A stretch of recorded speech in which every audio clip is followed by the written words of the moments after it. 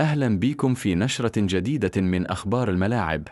معاكم حسين صلاح، وأبرز أخبار الكرة العالمية والعربية والإفريقية النهاردة الثلاثاء 12 من مايو 2026.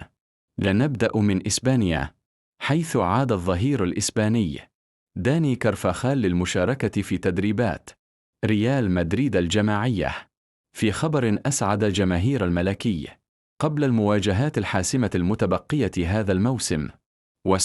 تفاؤل كبير بإمكانية لحاقه بالمباريات المقبلة.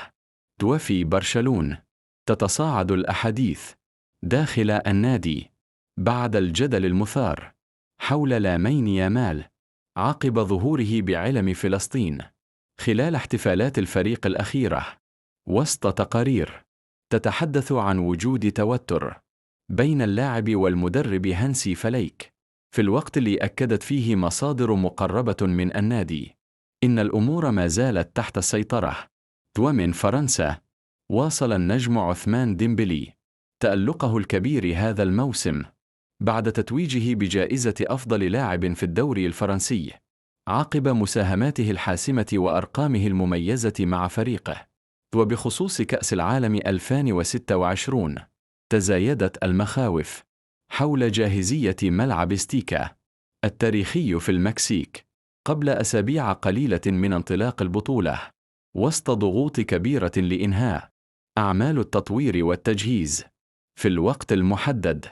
وفي إنجلترا، حقق ليدز يونايتد فوزا مهما بنتيجة من 3-1 على بيرنلي ليواصل الفريق نتائجه القوية في الأسابيع الأخيرة ويرفع رصيده إلى 43 نقطة.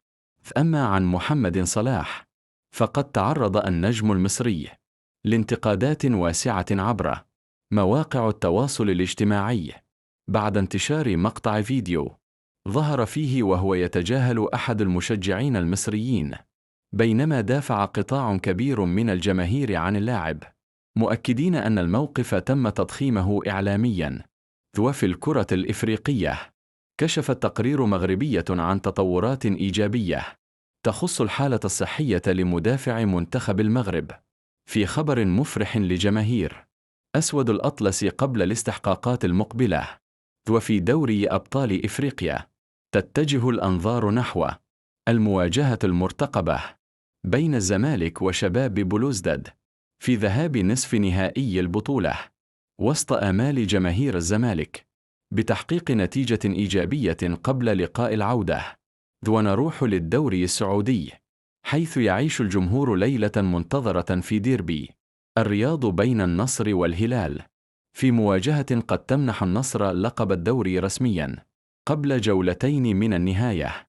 النصر يدخل اللقاء بقيادة كريستيانو رونالدو ومعه جواو فيليكس وساديو ماني، بينما يعتمد الهلال على كريم بنزيما وملكوم وسالم الدوسري في واحدة من أقوى مباريات الموسم. وقبل القمة، يتصدر النصر جدول الترتيب برصيد 82، يليه الهلال ب7 نقطة مع مباراة مؤجلة، ثم الأهلي في المركز الثالث ب7. وفي أخبار الانتقالات، عاد اسم محمد صلاح للارتباط بالدوري السعودي مجددا بعد تقارير تحدثت عن احتمالية رحيله عن ليفربول نهاية الموسم، وسط اهتمام قوي من عدة أندية سعودية بالتعاقد معه. كانت معاكم نشرة أخبار الملاعب مع حسين صلاح.